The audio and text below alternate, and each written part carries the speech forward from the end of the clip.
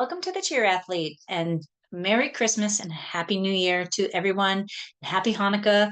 If, whatever you celebrate, I hope you have a joyous time this year and you're enjoying the ride towards the end of 2024. Um, Today, let's talk about some tips for cheer coaches and parents.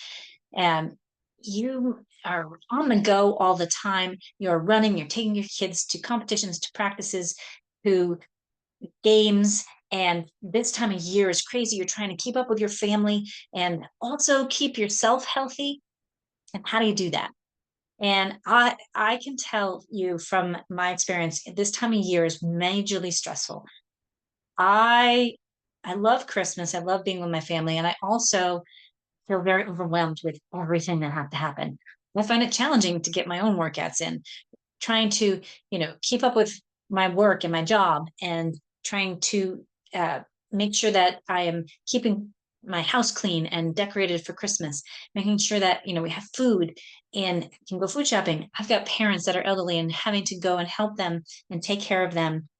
And it gets all overwhelming, let alone Christmas shopping and holiday parties and catching up with people and sending out Christmas cards. So, this episode, if any of that resonates with you, I'm going to give you 5 tips to help manage your own health and well being during this time and hopefully manage a little bit of stress in the process. So, first tip I have is, we want to stay hydrated. It's hard to keep ourselves healthy. So, try to stay hydrated. Get one of these bottles, the Stanley cups you get for your kids. There we go. That's in this camera. Get one of those Stanley cups. This is, and drink it. Sip on it all day long. Have it in your car with you.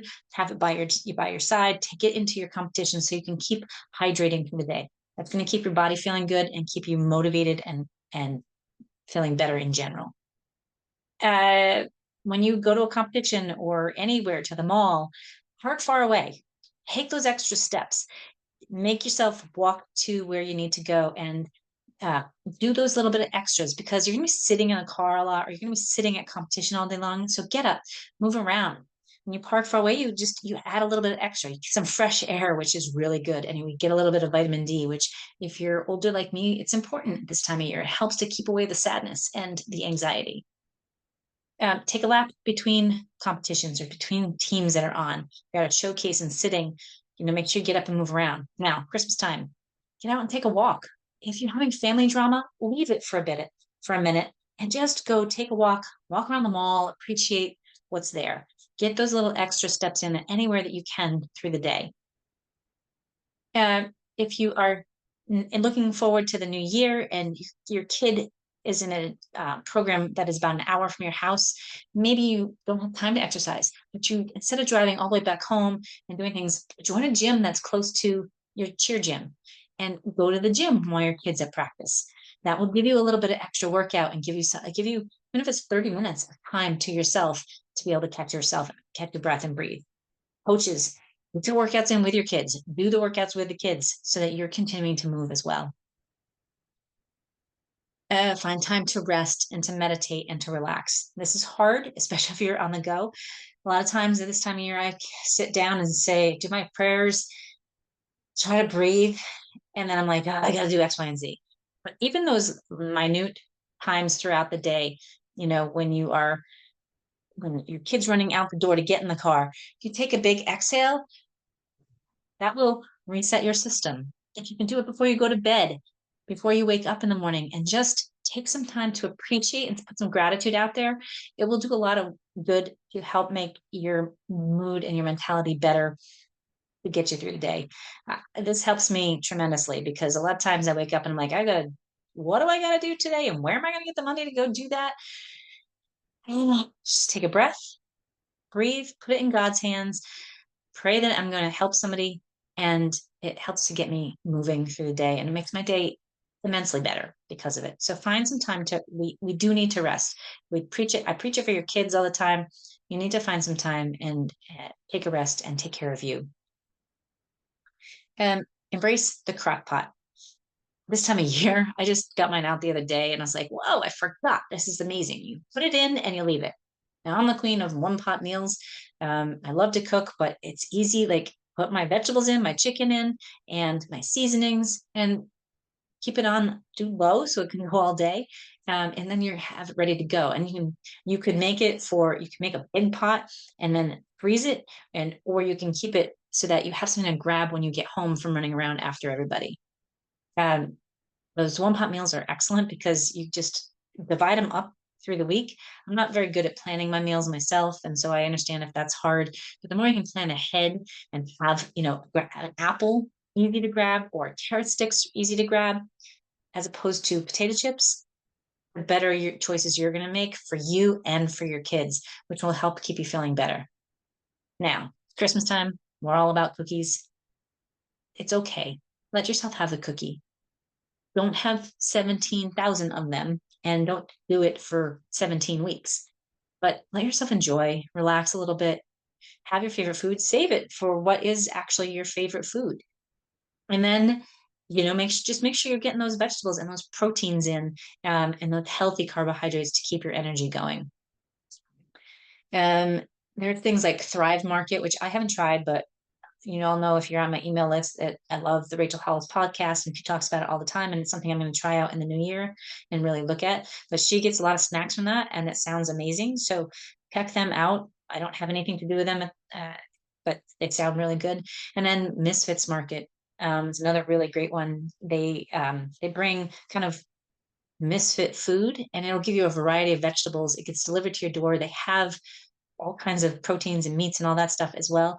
And um, it's amazing. It's they bring you however much you order. I think you have to order $30. It's relatively inexpensive, but they can bring you a lot of food and it's really good. And then actually for the week, you don't have to go to the grocery store. Use Instacart.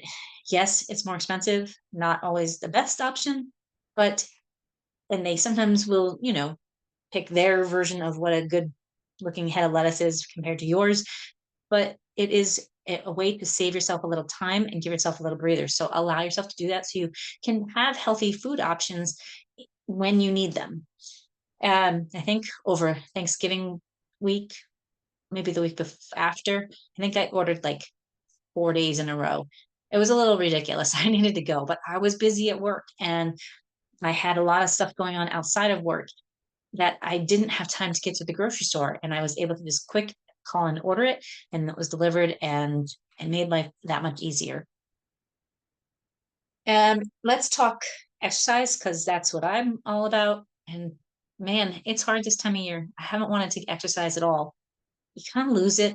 You just kind of want to hibernate. It's dark out at 4:30. That's changing at the end of this week. Thank goodness. But we have to make ourselves do some exercise. And when you're running around crazy and taking care of everybody else, it's hard to fit that in. And I very much understand that. So things you can do that are easy. Every time you go up the stairs, do 5 step ups. Every time you get up from the couch, do 5 sit-to-stands.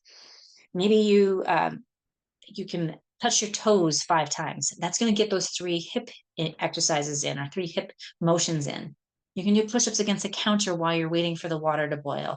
You can do a bent over row as you're sitting and just pulling your shoulders back and doing isometric to hold as you're sitting at a competition. Create movement through your day that allows you to get some repetitions in. And if you can do, yes, ideally on the fatigue factor and the exercise factor, we need to do that in a time period. But doing that, if you don't have that time, like get 8 reps in the morning, 8 reps at lunch, and 8 reps at dinner. And then you've got your 24 reps for the day and you're good to go. We need to take that time to make ourselves healthy and we have to continue to take care of ourselves if we're going to take care of our kids. And that's a key piece.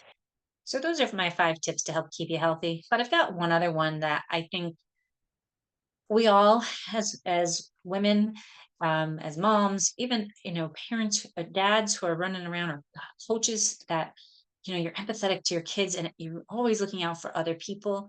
Like remember to give yourself some grace. You know, we talked about rest and we talked about meditation and finding ways to relax, but like appreciate you. You do so much for your family, for your kids, for your team. just appreciate you. Be thankful for you.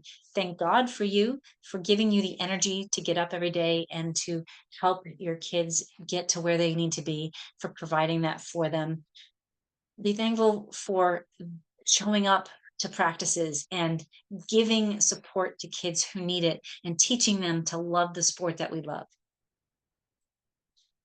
Recognize how much you're doing and how beneficial that is to the world. Sometimes we forget, and I think that's really important, especially this time of year when we're crazy. We need to just be appreciative of where we're at, and um, to keep us moving forward. So I appreciate you. I think you're doing a fabulous job. You can take it one step at a time, like I say at the end, and just we'll keep moving forward. We've got this.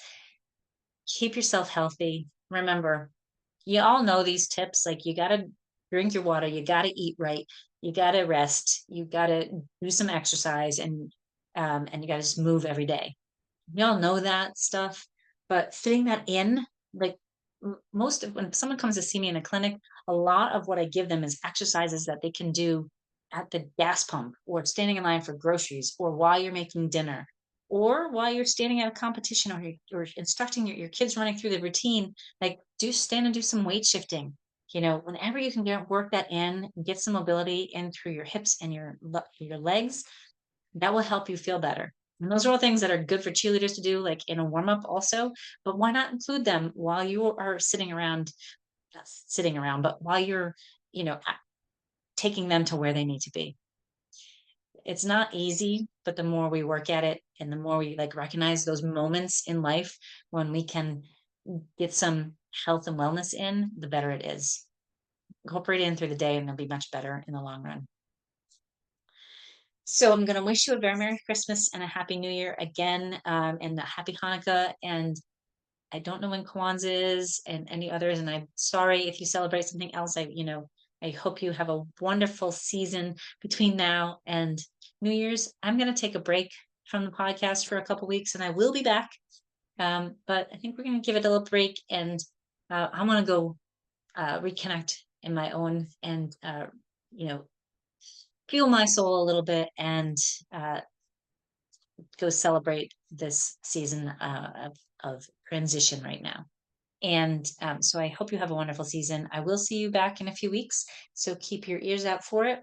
If you have topics that you'd like to discuss over the next couple weeks, send me an email, laura@movebetterllc.com, or find me on social media and send me a direct message.